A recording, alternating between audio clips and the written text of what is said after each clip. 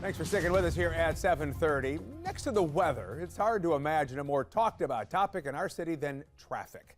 We've been growing like crazy. There's development everywhere. And for 20 or more years, people have been saying we don't want to become the next Atlanta when it comes to getting around.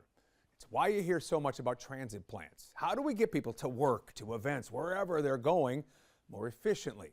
And just as importantly, how do we afford the various options? We know none of them are cheap. Right now, the big debate is whether Mecklenburg County voters should get to decide on the question of raising the sales tax by a penny. And if lawmakers in Raleigh allow the question on the ballot, what should the money be spent on? Road improvements, better bus lines, or more rail? Now, one proposal caps the amount that could be spent on public transit at 40% of all the money that's raised. It means something had to go from the master plan, and it was the Silver Line. That's that proposed light rail from the Matthews area across the county out towards the airport.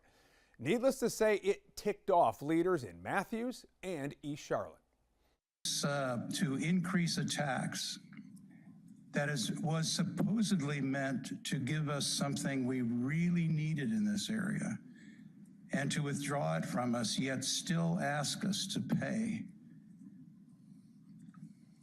is reprehensible. So when you're asking this community and my community to support a cent more on every dollar they spend in Mecklenburg County, what is the ROI for folks who are already struggling to make ends meet and that have seen traditional and historical underinvestment in their communities? A bill with that spending formula was introduced by Republican State Senator Vicki Sawyer, who represents North Meck. If passed, it would raise enough money to build out the Red Line, a commuter train from uptown north to the Lake Norman area. I would say it's not so much Red Line versus Silver Line. It is the fact that the legislature said you don't have as much money as you thought you had. And when we looked at that, especially with bus rapid transit going down to Matthews, it was pretty clear that when we needed to pare back the rail plan, that it couldn't include the Matthews connection. But now there's a new plan on the table. Republican Representative Tricia Cotham, who represents Matthews, has introduced a bill that would tweak the formula. Instead of a 40% max on mass transit, it would go up to 60%. So does that put the Silver Line back in play? I asked Alexandria Sands at Axio Charlotte. It's unclear yet. The entire Silver Line has been estimated to cost over $8 billion, and those are some old numbers, so it's probably a lot more now.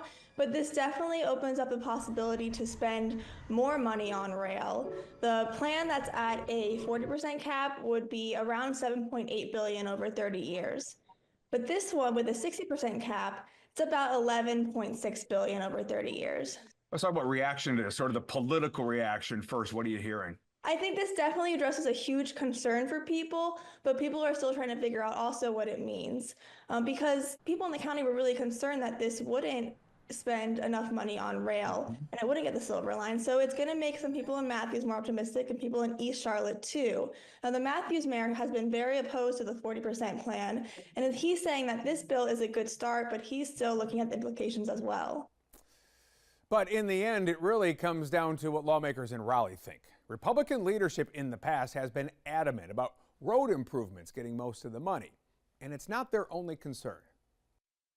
Yeah, I think that we're still going to have some of the same challenges, especially with Republicans who are going to be really hesitant about any tax increase at this time.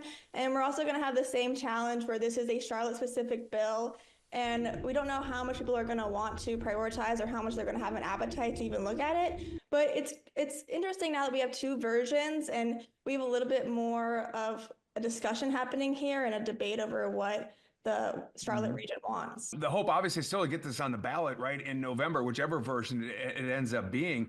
How long does that window stay open, not just to physically get it on the ballot, but also to sell this to voters? Yeah, there's some procedural work to do.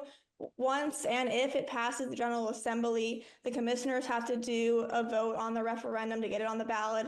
The Board of Elections told me that they only need the final wording by September, so there's a good amount of time there to get it on the ballot. But the other side of this is that CATS needs to know kind of what plan it's working on so we can educate voters and kind of have an idea of where this money would go.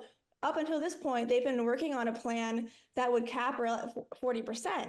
And now there's a possibility they could get a little bit more that they could spend on rail. And that doesn't mean that they want to. They might prefer to keep that money for buses, but it opens up more options, and they need to start looking at different types of plans and figuring out what the community would want.